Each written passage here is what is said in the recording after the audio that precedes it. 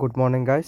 ৰাতিপুৱা 4:30 বজাত সাৰ পালোঁ। সাৰ পাই উঠি লৈ পেলাই ধুনীয়াকৈ ব্ৰাছডাল কৰি ল'লোঁ, যিহেতু ৰানিং কৰিব যাম সেইকাৰণে সোনকালে ব্ৰাছডাল কৰি লৈছোঁ। আৰু তাৰপিছত জানেই আৰু সকলোৱে ব্ৰাছ কৰাৰ পিছত অলপ পানী খাব লাগে, মানে ৰানিং কৰাৰ আগত পানী খাব লাগে, সেইকাৰণে ময়ো পানী অলপ খাই ল'লোঁ। আৰু মোৰ সদায় ৰুটিন।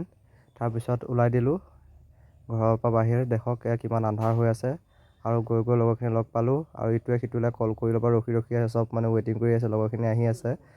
তাৰপিছত সকলো আহি পালে, ৰানিংটো ষ্টাৰ্ট কৰি দিলোঁ। আৰু ফাইনেলি 5 কিলোমিটাৰ কমপ্লিট হ'ল। 5 কিলোমিটাৰ কমপ্লিট হৈ জামুগুৰি পালোঁগৈ, জামুগুৰি হাট। আৰু সকলোৱে তাৰ পৰা এতিয়া আকৌ ৰিটাৰ্ণ কৰিব লাগিব 5 কিলোমিটাৰ ঘৰলৈ খোজকাঢ়ি। সেইকাৰণে ভাল লাগে, লগৰ সমনীয়াৰ লগত খোজকাঢ়ি গৈ থাকিলে ইমান আমনি নালাগে। এই আমাৰ জামুগুৰি হাটৰ মাজবাটত জুবিনদাৰ ফটো, ৰাজদীপ দাই অঁকা, বৰ ধুনীয়াকৈ।